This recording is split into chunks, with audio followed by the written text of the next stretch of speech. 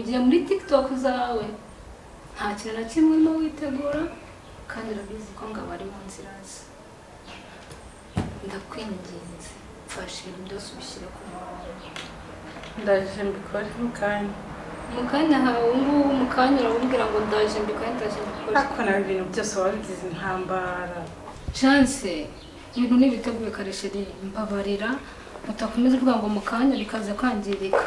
Nizere ko mu bintu ndi bukora harimo ibintu byo guteka. Ndabisimba ikunda. Oya guteka ntabwo. Nakora amasuku ariko sindi buteke.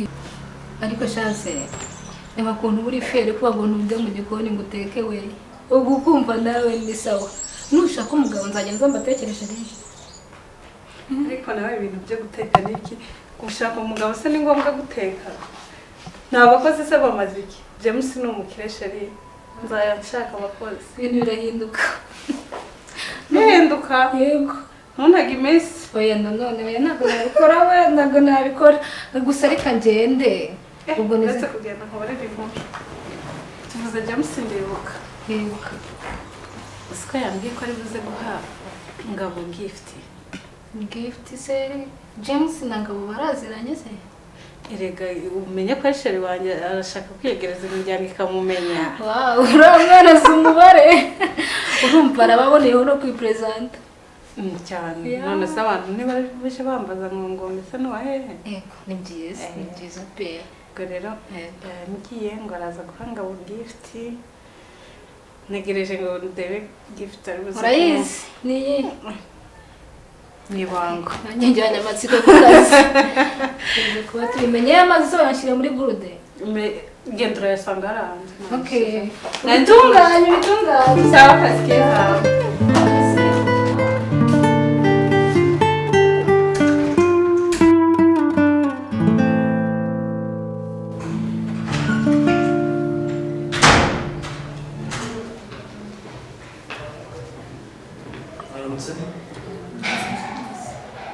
Konjoro bimeze bite?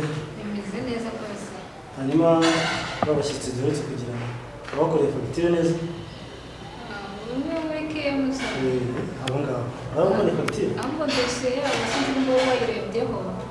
Wayinyoreje? Reka muri kandi ngiye kubikora ariko wanarebera hano ntacyo. Kareba.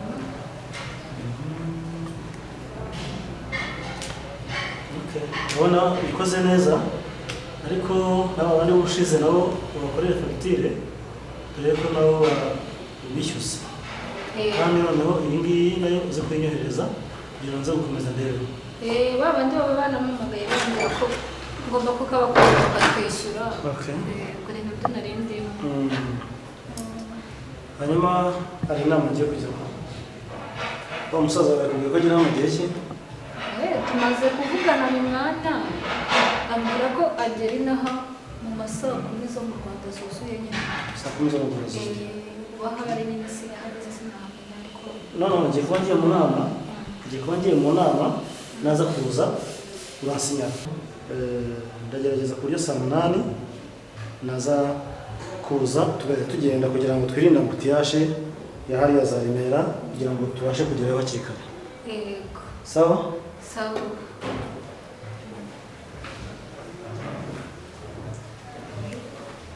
Ntacyo muvuga we. Aha. Mura namwe muraza kuba muhari njye ndumva ndi kubyizera. Bose namana kumva kimwe. Bose wabibonye ute? Yasa ko ntarimo. Mwari ugende njye sindimo. Umwe mu boss na manager undi ngo mwari ugende sisha ufite ibibazo. Ariko neza. Ibibazo pe. Oya wegera uko babaza reka musore biri gusantira amasaha yo gutahanye namwe mwese muza afite apeti tukaba turi kumwe ntabwo birangirira kuri hoteli gusa baratubikira miti amarugo ntabwo manajya dukorera amahanga oya muri abantu banjye none abakire ariko umunwa wanyu none twakoze umunwa mwahita mubunjumba buri munsi ko naza kuhambera yego sha igitiko karaza gufashwa ku mugoroba biza kuhabera byiza yego sha reka mpakonye dore ko nanagenda akazi karashize ku murongo ibyo nsaba byose nabitunganya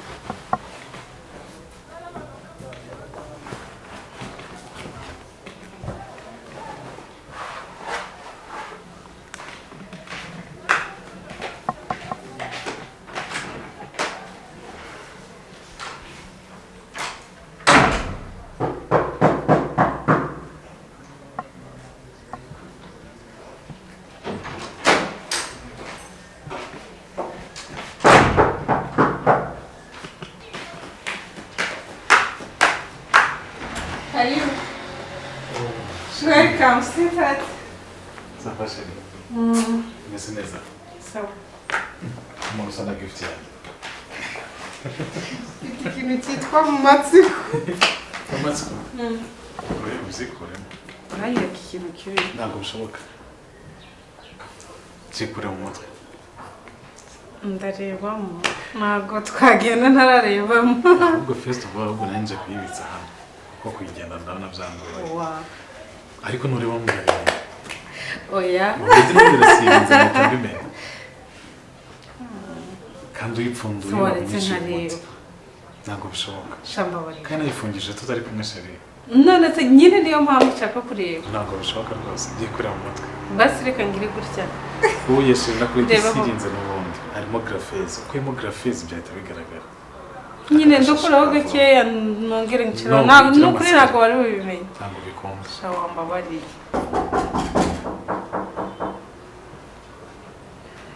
Karibu.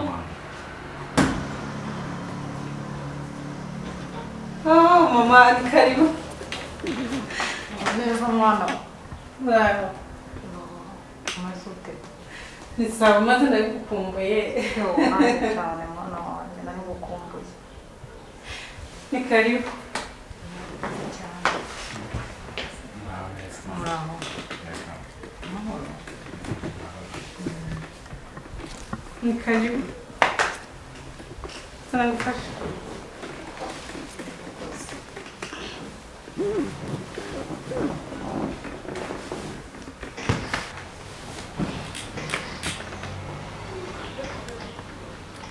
James ni mama wanjye.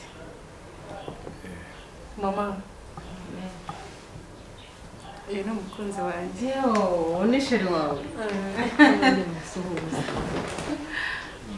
muraho neza Muraho. karibu karibu Murakoze cyane. Nishimiye kubamenya. yewe ni byiza cyane natwe rwose tugomba kubamenya ndi mama nyine w'uwo mwana wanjye wamubona Yajyaga kumbwira kenshi nari muzi no ku mafoto. Kubera akoze nagajya mwereka amafoto yawe arakuzi asanzwe akuzi.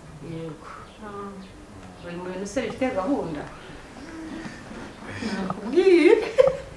Mama dufite gahunda. Umukobwa wanyu ndamukunda cyane kandi nifuza kuzamuhesha ishema mu muryango. Ndatekereza tugomba kugira icyo tubereka vuba.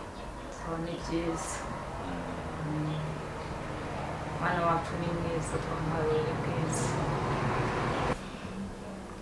Hanyuma mama, mbisiguyeho gatoya, hari utuntu ngomba kubanza kujyamo mbere yuko nitabira iki kirori cyanyu. Nuko hari impano nageneye Ngabo mbanje kuzana ariko ndahita ngaruka ubwo ntekereza ko twaza kuganira wenda ngarutse. ni byo murakoze. murakoze cyane ngo turasubira rero. naho mukanya Se mwana wa uriya musore uriya nyine n'isheri banjye hashize igihe kingana iki se mumenyanye? hamaze igihe kinini none se urumva ngewe nahita nza nkaguturaho ibintu gusa batari babimbwira. Oya banza kubyiga ukanitegereza ukareba ukareba umuntu uzakugirira umumaro. ubwo se ushatse kuvuga iki? Nshatse kuvuga ba basore bandi bigendera ntabwo ari urabanza ukitegereza. Mwabonye uriya musore atari mwiza? Ubonye hari ikibazo cye? Hanitonda. Ni mwiza wahisemo neza mwana wa. Urakoze. Ubwo rero nategereje kugira ngo mbanze ndebe ko afite gahunda abasore b'iki gihe ntiwamenya ngo nzabone mbivuge. Yego. Niyo mpamvu. Ahubwo se nkwakiriza iki? Umwana wa ntuza akantu nkunda. Ndabizi ni kakantu ka kakaneza. Uracyanywa ukonje se buriya ntumaze gusaza? Bashyushyeho bukeya. Okay. Sarimo kuruka magari.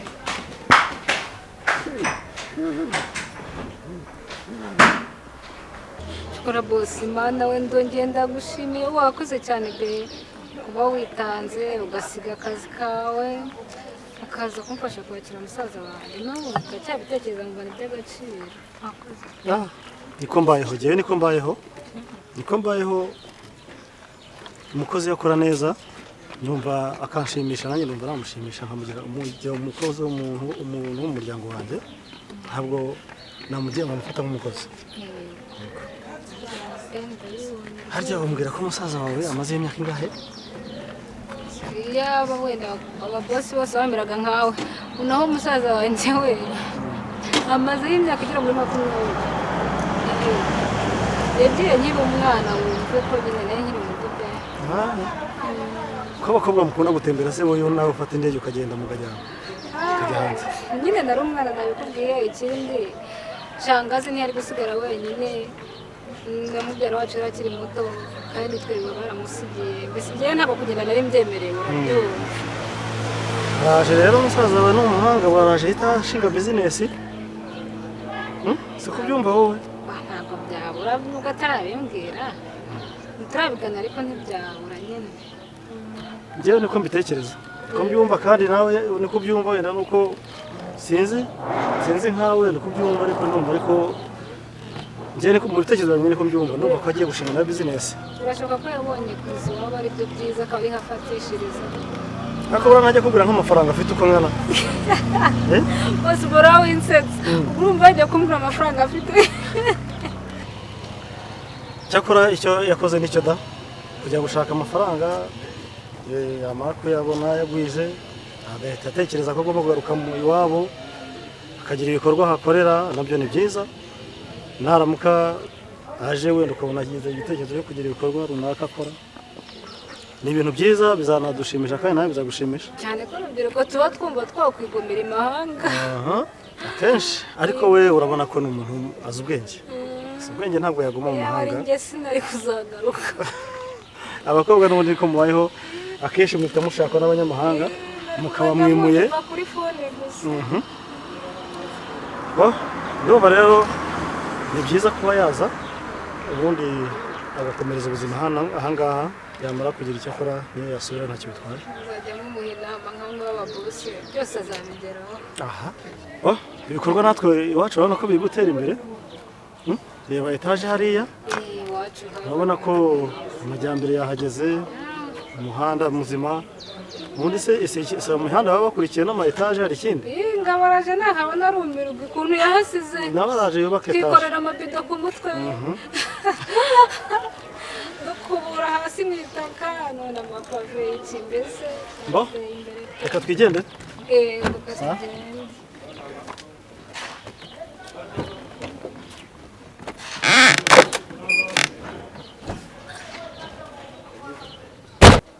Yesu nashimwe. Yesu nashimwe. Nashimwe we wabanye natwe mu nzira tuza hano muri uyu muryango tukagira hano amahoro ndetse namwe tugasanga muri ayandi. Imana ishimwe cyane. Hanyuma rero mbere ya byose ntacyo twakora tutabanje gushimira Imana ndetse no gusengera Ngabo uvuye mu gihugu cya Omani kugira ngo aze kuza amahoro agere ku kibuga cy'indege nawe ari amahoro. Reka n'ubundi mbere ya byose tubanze tubwire mama pasiteri abanze asengera ashima Imana ko twageze hano amahoro ndetse asengera na Ngabo. Himbazwa uri Imana, ninde wundi twahimbaza atari wowe. Himbazwa uri Imana, ninde wundi twahimbaza atari wowe. Himbazwa uri Imana, ninde wundi twahimbaza atari wowe. Himbazwa uri Imana, ninde wundi twahimbaza atari wowe. Mwicishe bugufi dusenge. Nanone Mana turagushimiye, turaguhimbaje, tugushimiye ineza yawe, tugushimiye kuri Imana y'inyamaboko, tugushimiye kuri Imana y'inyambabazi. Ni ukuri Nyiringabo Mwami Imana waraturinze uturindira aho twari turi, nyaguhora ku ngoma tukaba tugeze mu ngando abajakazi bawe batuyemo, tukaba dusanze bari amahoro. Izina ryawe nirihabwe icyubahiro Mwami Imana Nyiringabo. Rero akanya nk'aka ngaka isaha nk'iyi turakwinginze cyane kugira ngo urukire kubana natwe Mwami turi muri iyi ngando. Wera wa Isirayeli, gahunda zose ziri bubera aha hantu, reka Mwami Imana ubane natwe udushyigikire. Turasenze cyane Mwami Imana, dusenga Mwami Imana tukwereka umwana wawe Mwami Imana mwene data ugiye uturuka mu gihugu cya Omani. Dore Mwami Imana araza mu cyuho Mwami Imana cyakozwe n'amaboko y'abantu. Ndakwinginze kugira ngo nyaguhora ku ngoma umurindire mu nzira za Mwami Imana. nagera hano amahoro turagushima. Ngaho habwa icyubahiro, urakoze urakarama kuko uri Imana yumva gusenga kw'abayiringiye. Habwa icyubahiro Mana, nyagukora ku ngoma wera wa Isirayeli. nawe bose mugirire neza kandi ukarengere kuri kibuga cy'indege harimo sima nta gikuba kiracitse kaza kutugiraho amahoro. Turazamura icyubahiro cyawe, turagushimira ko wakoze ibintu bikomeye rwose. Turakuramutse, ukomeze kubana natwe kandi ukomeze kutugirira neza. Ukomeze kutugirira neza, byose tugusabye tukwiyambaza n'izina ryawe. Urakoze Mwami Imana, amen. Rero kugira ngo buriya Ngabo uvuye mu gihugu cya Omani ugiye kugendera mu ndege, buriya indege nayigendeyemo. Buriya indege hari abantu baba batayimenyereye, akenshi agera mu ndege ugasanga ntabwo imuguye neza, ariko kubera ko tumuragije Imana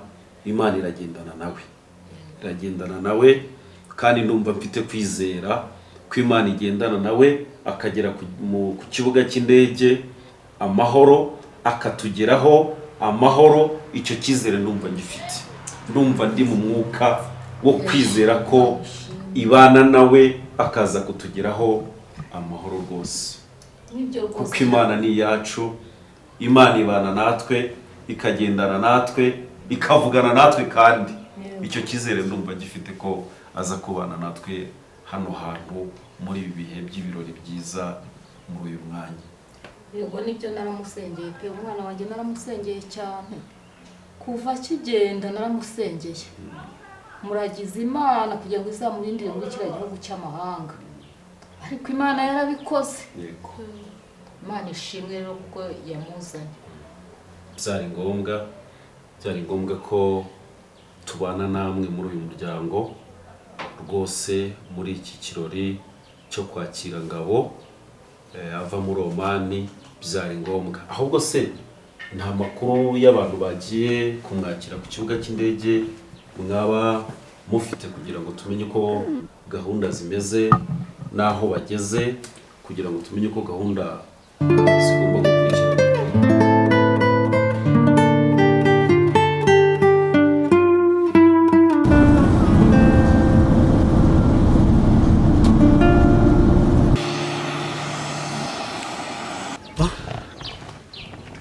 gikundiro rero uriya mbona nubikomeza kugenza neza gukora kuriya nk'uko bisanzwe mbona bizinesi yacu hari aho izagera mbona hari aho izagera ubu ntubone gutya ngo nje kugufasha kuzana kwakira mu musaza wawe nuko nagushimira ko wakoze neza kandi n'ubu ngubu uracyakora neza ni ibintu byiza ubu rero ntugire ngo ni ikindi ntuhangayitswe no kuvuga ngo se ngo kuki nitanze bigeze aha nitanze kubera ko nawe witanga mu kazi kanjye kandi ukabikora neza ibintu nkabona birakorwa neza akazi karagenda neza bizinesi iraguka irunguka komerezaho ngiye kurushaho pe komereza ahubwo ujye ucungira bari abakozi urebe ariko rero umusaza we murakundana muri famiye yose ubundi umbajije mu muntu ninde navuga ngabo areba akazi nari bande ntawamundutira pe buriya tuzuranye kuri twinshi nubwo tuba tudakunze kubona ko yaragiye hariya ariko ubundi ni nk'aho tuba tubana kuri telefone akantu kose nuko gusa nshimishijwe nuko aje mbese ndumva nibyo ni byiza cyane gukundana abavandimwe bakundanye burya biba ari byiza kandi ndumva bose birashimishije kubona abavandimwe bakundana ku rwego nk'uru nguru ahubwo se ko mu kanya haba haje umuvundo w'abantu biruka mu ndege ari benshi nkabona haje ikivunge wenda waba ureba hariya nanjye ndeba hariya gisina namuzi ubu nta kuntu waba wamumbwira neza ukamunyereka nk'amafoto nkaba nabasha kuba namureba nkamumenya uburyo niyo namubona nanjye namukwereka mu gihe wowe wamaze uri kureba ku rundi ruhande yego dore n'abantu bamaze kuba benshi mu kanya wasanga ntamubonye ukamubona ntawamenya mwereke iyo foto ndebe reka mukwereke ubundi umusaza wawe rwose aze mugende mujye kuryoboshya dore ngo icyamamare tuvukana